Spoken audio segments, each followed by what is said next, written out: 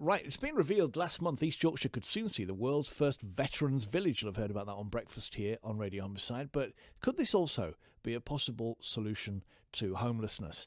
The £8 million project that would include around 60 homes and a rehabilitation and training centre is the idea of the Hull for Heroes charity. Well, research today by the University of York has highlighted how some former servicemen and women slip through the net and end up homeless after leaving the armed forces. Veterans housing charity Stoll and social housing provider Riverside have been working together to find a solution to this.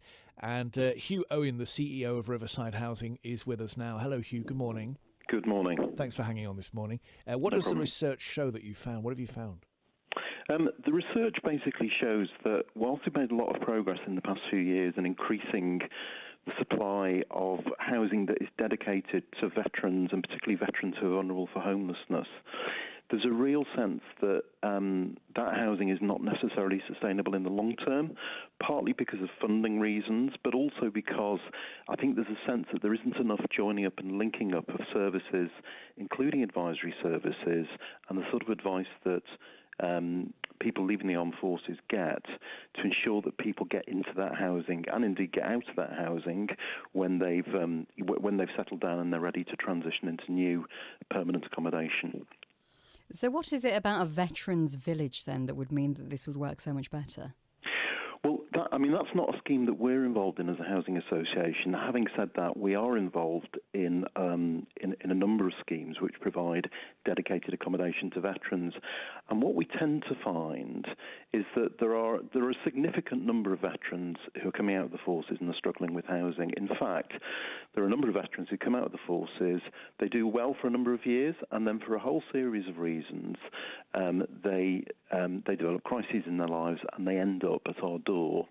And we've got a real sense, and I know that other providers of veterans accommodation find this, that there's something really powerful about veterans coming together, living in adjacent accommodation and working through their housing problems together because of their shared experiences. And we find that the veterans who come through our door flourish and do really well in veteran-specific accommodation. Because it's the sense of isolation when you leave the forces that can be a real problem for a lot of veterans, can't it?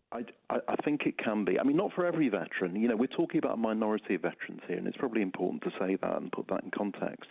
But I think, life in the forces is a form of institutionalisation. There is a dependency there.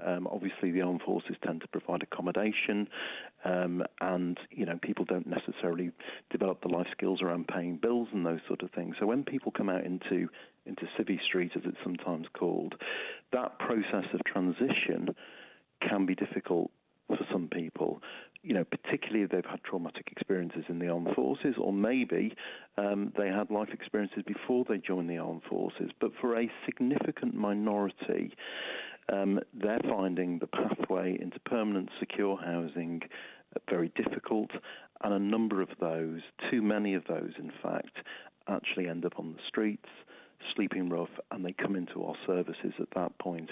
And I think we've got a real sense that we could do a lot better if we took a more preventative approach. Thank goodness we have got specialist accommodation, and it's great that Hull for Heroes are developing this concept of a veterans village. But in a sense, what we now need to turn our attention to is preventing that from happening in the first place by joining up the sort of advice that people leaving the armed forces get whilst they're still in the forces with the sort of services that we provide outside. I think there's a sense that there are some gaps there, and we can do far better than that by joining up and coordinating services in a more effective way. Hugh, thank you. Fascinating to talk to you. Hugh Owen, the CEO of Riverside Housing, and that research today by the University of York has highlighted how some former servicemen and women slip through the net, end up homeless after leaving the armed forces. You can hear that it is a concern for Hugh and what they're planning to do about it.